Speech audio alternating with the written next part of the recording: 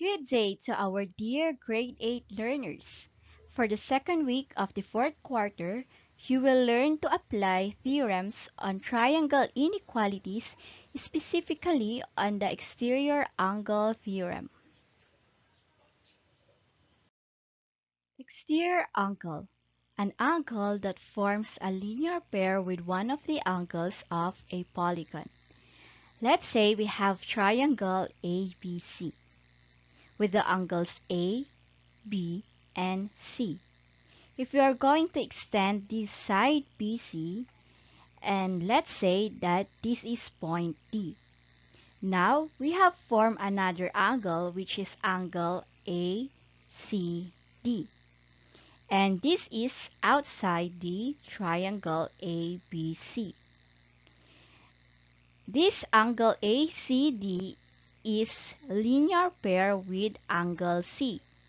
It means angle C plus angle ACD is equal to 180 degrees. Therefore, angle ACD is the exterior angle of triangle ABC. Remote interior angle. An angle of a triangle that is not adjacent to an exterior angle. Kapag sinabi nating remote interior angle, ito ay ang angle ng triangle na hindi katabi ng ating exterior angle. In this figure, we have exterior angle ACD. Now, what are the angles that is not adjacent to exterior angle ACD?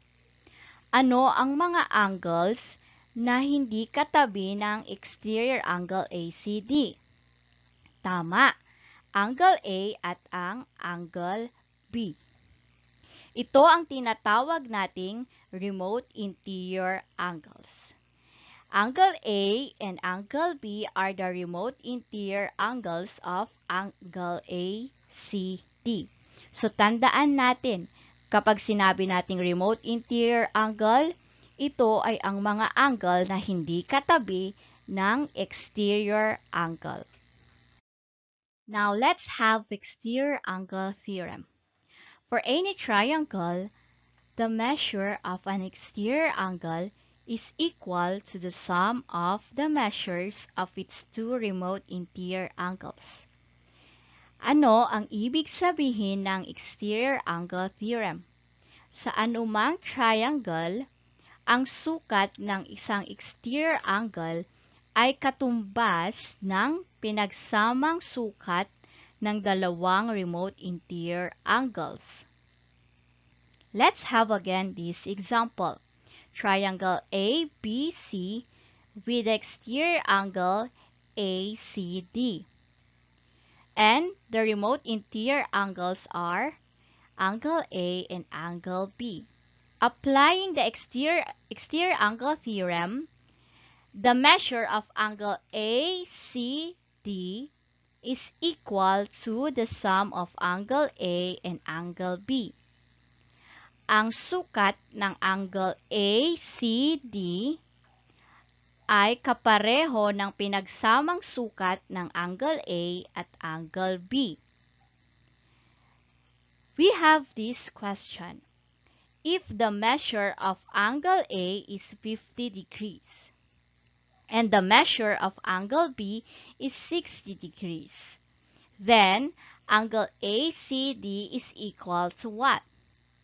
Applying again this exterior angle theorem, says that the measure of angle ACD is equal to the sum of angle A and angle B. So, ang gagawin lang natin para malaman ang sukat ng exterior angle ACD ay pagsamahin natin ang sukat ni angle A at angle B. 50 degrees plus 60 degrees is equal to 110 degrees. Thus, angle ACD is equal to 110 degrees. Let's move to Activity 1 with the title, Where's the Remote Interior? Given this direction, Identify the remote interior angles of the triangles. For number 1, we have triangle HOP. And with this exterior angle EPH. Now, what are the interior angles of angle EPH? So this is the angle APH. Now, when we say remote interior angles, these are the interior angles that is not adjacent to the exterior angle. Ano ang mga angle na hindi katabi ng angle na ito? Tama, angle O at angle H. Therefore, the remote interior angles of angle EPH are angle O and angle H. Let's move to number 2 with the triangle OVE. And the given exterior angle is angle LOE. Now, what are the remote interior angles of angle LOE? So this is angle LOE. What are the angles that is not adjacent to this? Very good. We have angle V and angle E. And lastly, for number 3, we have this triangle. Triangle FIA with the exterior angle HIA. Now, what are the remote interior angles of the angle HIA? Very good. We have angle F and angle A. So that's for activity 1. For the second activity of this week with the title, What's the exterior? Given the direction, find the measure of the angle. Again, for number 1, we have triangle HOP with the exterior angle EPH. If the measure of angle O is 90 degrees and the measure of angle H is 20 degrees, what is the measure of angle EPH? Applying the exterior angle theorem to find the measure of the exterior angle given the two remote interior angles, we will just add the measure of the two remote interior angles. So we have 90 plus 20 is equal to 110 degrees. For number 2, we have triangle OVE with the exterior angle LOE. If the given measure for the exterior angle is 150 degrees and the measure of angle E is 45 degrees, what is the measure of angle V? In this situation, to find the measure of one of the remote interior angles, given the measure of the exterior angle and one of the remote interior angles, we will just subtract the measure of the exterior angle to one of the remote interior angle. So we have 150 minus 45 is equal to 105 degrees. For number 3, we have triangle FIA. If the measure of angle F is 55 degrees and the measure of angle I is 75 degrees, what is the measure of the angle TIH?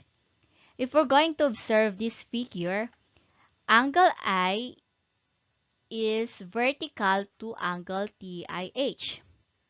Applying the vertical angle theorem, we can say that TIH is equal to 75 degrees. How did we get that? Remember that vertical angles are congruent. For the last activity of this week, given the title, Illustrate Me.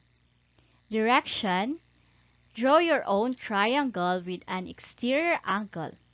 Measure its interior and exterior angles using a protractor. Take note, we will use protractor and a pencil. So don't forget on your drawing that you name the triangle and give the exact measure of its angles using the protractor. So that's how are you going to do with activity 3.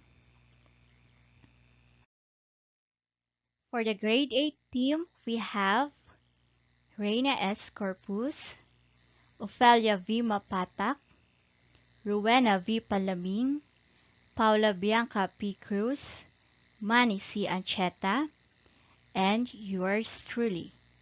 So, what are you waiting for? Let's do our week 2 fourth quarter activity sheets. And see you again for the next virtual instruction. Happy learning!